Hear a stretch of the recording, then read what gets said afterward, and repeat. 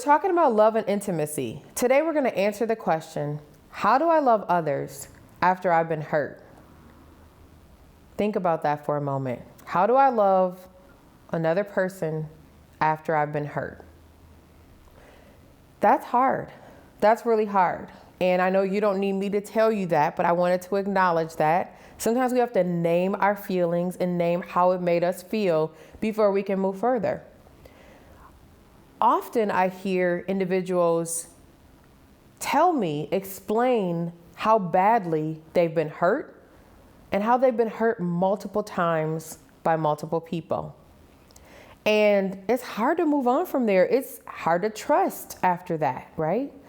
It's even hard to trust ourselves after we've been in so many circumstances that start to look the same, but the common denominator sometimes is me or you, right? And so how do we move from that space? And I'm even slowing down a little bit as I'm talking about this, because this is going to help you develop thoughts around this. Even right now, as you're listening, there's going to be some things that come up, things that get drudged up, whether you're going through something right now or even in the past.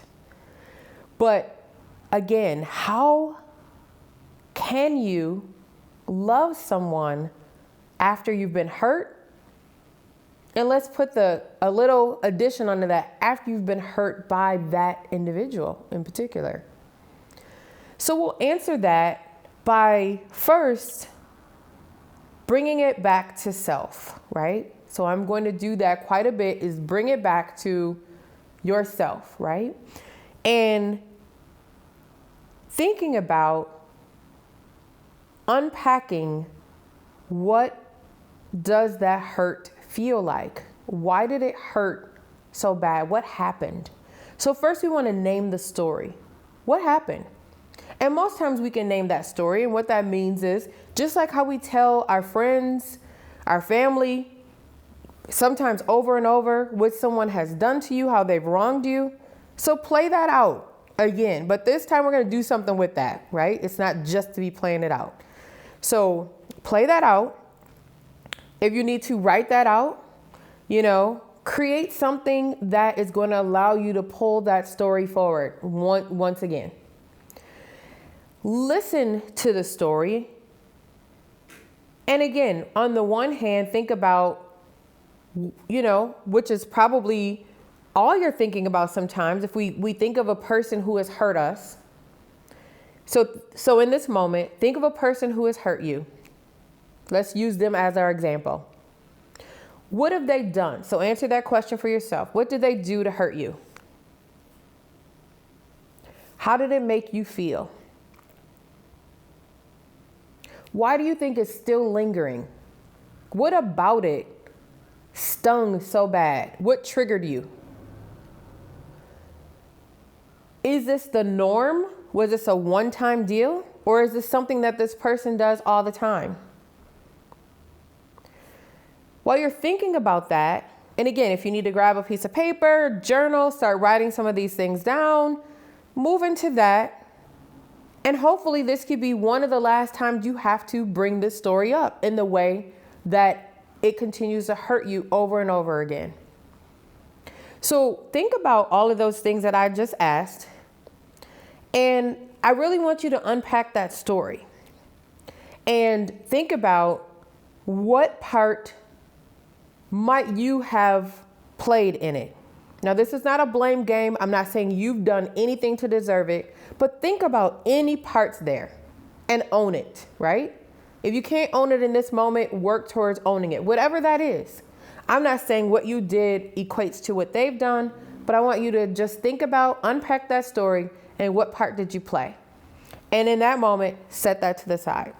Now think about all the things that they've done, and if they violated some of your values, some of the things that I talked about in another video about self-love, if they violated any of those things that you hold and house inside of you, think about what that was and what it is.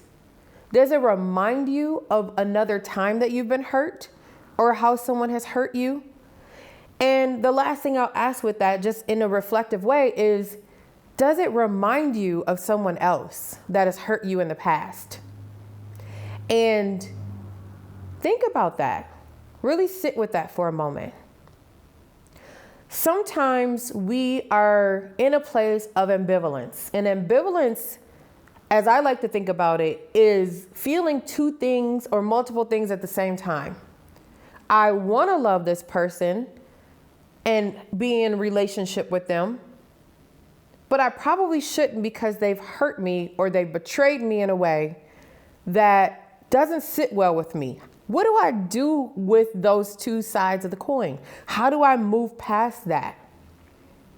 And why I've asked you to unpack that story for yourself is because first you have to come to a place of understanding. What happened? All the parts of the story, what happened, right?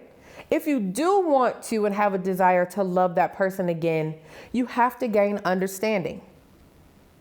With understanding, you start to trust your narrative. Trust the story that you've just told to yourself.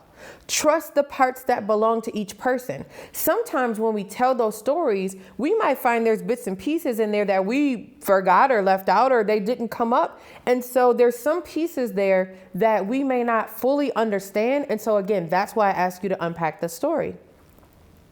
And by doing that, you're really starting to sort through some things that you have to understand within your own soul in order to be able to move on. So even if you don't want to move on and love that person again, this might be a good exercise for you to do so you can love the next person, right? This isn't always about the current person who has hurt you. Sometimes we need to gain these skills so that we can love again, love another. Because sometimes when people have hurt us so bad, we don't want to love anybody at all. We don't even want to be lovable. We don't want to invite any of that. But if we actually sort through this, we can actually move ourselves to a better position than we've ever been. And we will never return to that place again.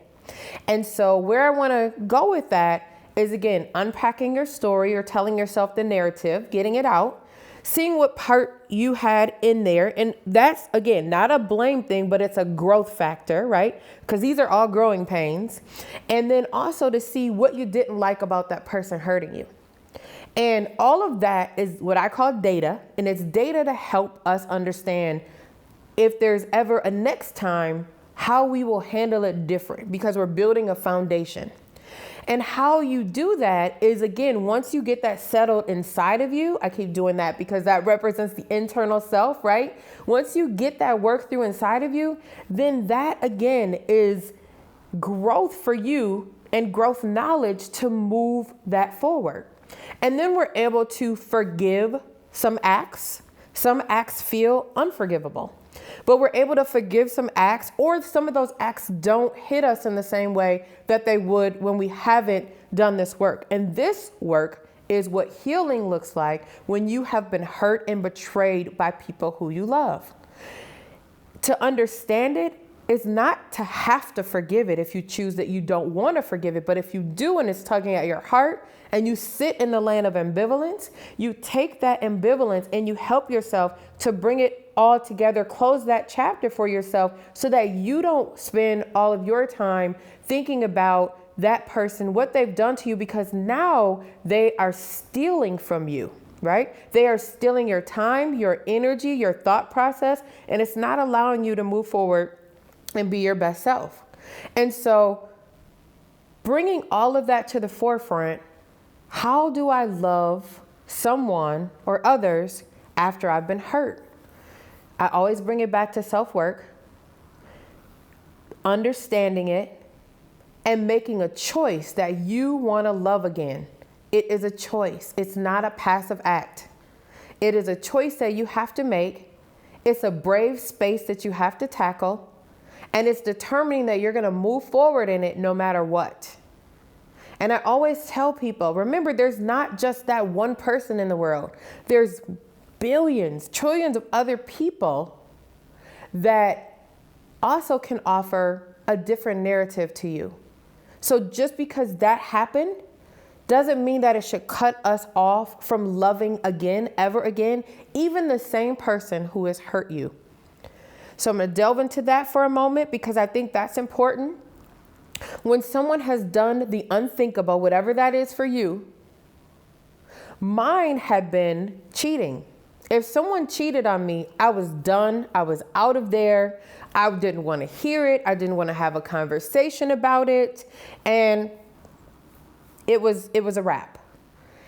And until I got to a situation where there was someone who I loved beyond the act, and I had never experienced that before, because again, that was what was taught to me, that was what was modeled to me, and that's what I knew.